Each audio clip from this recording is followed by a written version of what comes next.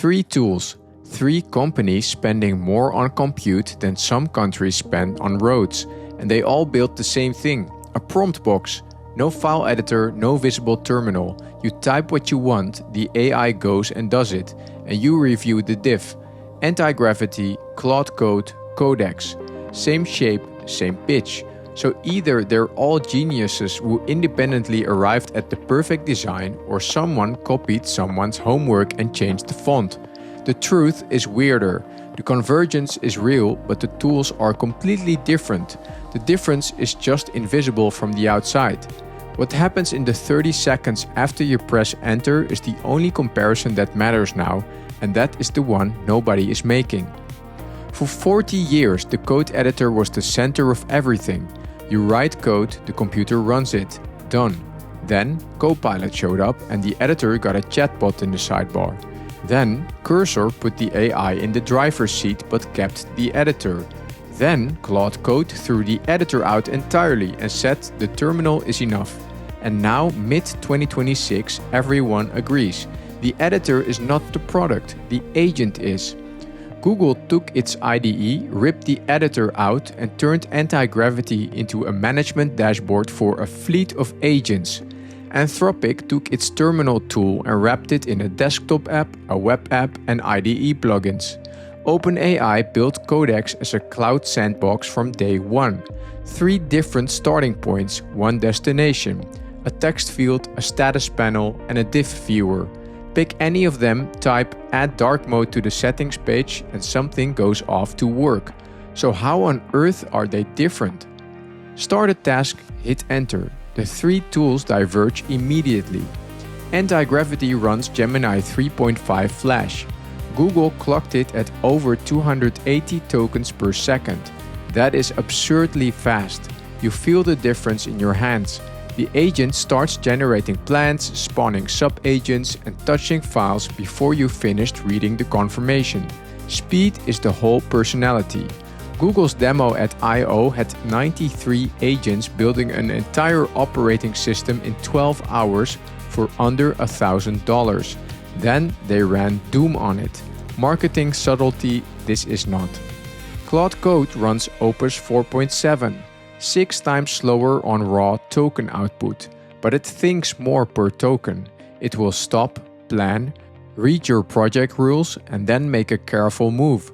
On SWE Bench Pro, the benchmark that tests hard multi-file bugs in real open source code bases, Opus scores 64%, Flash scores 55%. That 9-point gap is the distance between a refactor that works and one that almost works and then quietly breaks something 3 files away. Codex runs GPT 5.5 in a cloud sandbox. It splits the difference, not the fastest, not the deepest, but the most hands-off. It ships your code to a remote VM, does everything there and hands back a finished pull request. You never see it work, you just get a result. Same box, 3 completely different trade-off curves between speed, depth and autonomy, and none of it shows up in a screenshot. The token trap. This is where the math gets uncomfortable. Flash costs about $1.50 per million input tokens, $9 output. Opus costs $5 and $25, so Flash is roughly 3 times cheaper on paper. Case closed? Not even close. In practice, Flash generates about 3 times more output tokens for equivalent tasks. Independent teardowns caught this on launch week, and it lines up with what the benchmarks show. Flash uses a 73 million token evaluation budget where other models use a fraction. It's fast, it's clever, but it's chatty. It overshoots, backtracks and re-explains. Multiply cheaper tokens by 3 times as many tokens and the cost advantage mostly disappears. For a developer doing 6 hours a day of real work, both tools shake out to roughly $100 to $200 a month before you hit the ceiling that matters. Google and Anthropic now both sell a $200 top tier. Even the sticker price converged. The speed advantage is real. The savings? Mostly a mirage. The rules test. This one nobody talks about in the comparison videos and it might matter more than any benchmark. You tell your AI agent to follow your style guide, never use default exports, always co-locate tests with source files, use snake case for database columns, simple basic project rules. Every codebase has them. Now watch what happens. Opus follows rules almost too literally. Anthropic specifically warns about this in their own migration docs. You say, never modify files outside the source directory, and it will refuse, even when the correct fix touches a config at the root. Stubborn, predictable. You can trust it with your production repo at 2 in the morning. Flash is faster and more creative, but it drifts. Developers have reported approving the same action 20 times for a basic HTML page, even with auto execution set to always proceed. The architecture is ambitious, the follow-through is inconsistent. If you have strong opinions about how your code should look, you will spend time pulling it back on track. One developer summed this up perfectly. Codex does not break your rules, making it incredibly reliable.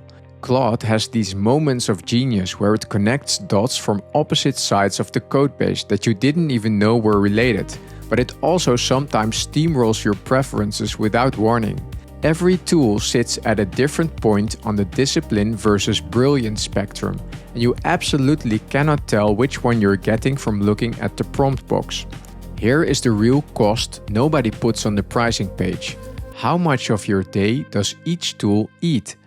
Antigravity wants you to be a manager. Its entire UX is a delegation service.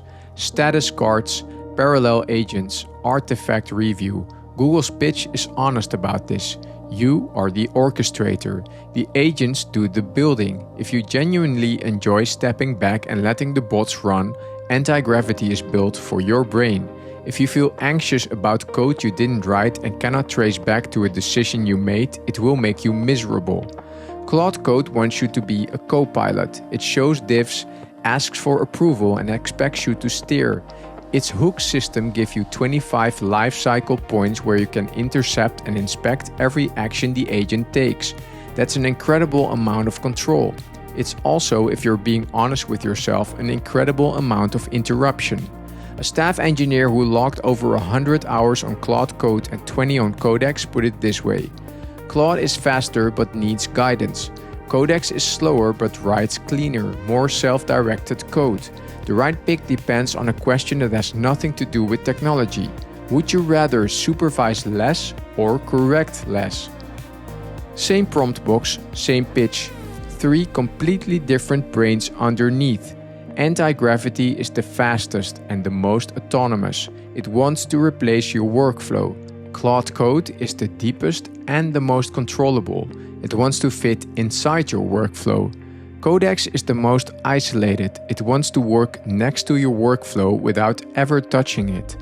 None of them are bad, all of them are expensive, and the screenshots will never tell you which one to pick. The only honest test is this. Take the messiest refactor sitting in your backlog right now, give it to all 3 and watch how they think.